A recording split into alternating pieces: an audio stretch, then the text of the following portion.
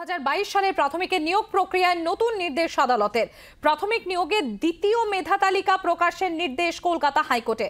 আপনাদের আরও একবার জানাবো, 2022 সালের প্রাথমিকের নিয়োগ প্রক্রিয়ায় নতুন নির্দেশ আদালতের। প্রাথমিকের নিয়োগের দ্বিতীয় মেধা তালিকা প্রকাশের নির্দেশ কলকাতা হাইকোর্টের। প্রথম মেধা তালিকার পর এবার আলাদা করে আরও একটি তালিকা প্রকাশের নির্দেশ হাইকোর্টের।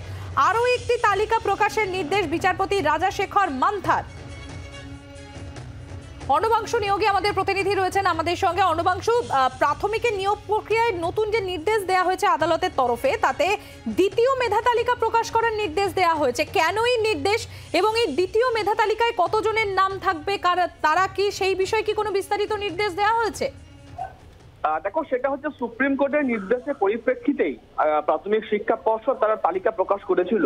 সেই তালিকা প্রকাশের পর নতুন করে হাইকোর্টে মামলা হয়। তাদের বক্তব্য ছিল যে এই নিয়োগ স্টে করা হোক। তাদের বক্তব্য এটাই যে যারা নিয়োগের চান্স পেয়েছেন তাদের মধ্যে অনেকেই বিএলএড এবং বিএড করা রয়েছে। সুপ্রিম কোর্টের যে বক্তব্য ছিল এর আগের নির্দেশের পরিপ্রেক্ষিতে তাদের যে বিএড তে চান্স দেওয়া হবে না এই নিয়োগের ক্ষেত্রে। যারা বিএড এ বেশি নাম্বার পেয়েছে তারা কিন্তু সেই নাম্বারটাকে শো করেছেন, বিএলএড কে তারা শো করেননি। সেই কারণে তারা চাইছেন যে তারা কিভাবে চাকরি পাবে, বাকিটা ডিপ্রাইভ হচ্ছে যাদের বিএড এবং ডিএলএড করা রয়েছে। এই মর্মে আজকে হাইকোর্ট বললো সেখানে তালিকা প্রকাশ করতে হবে।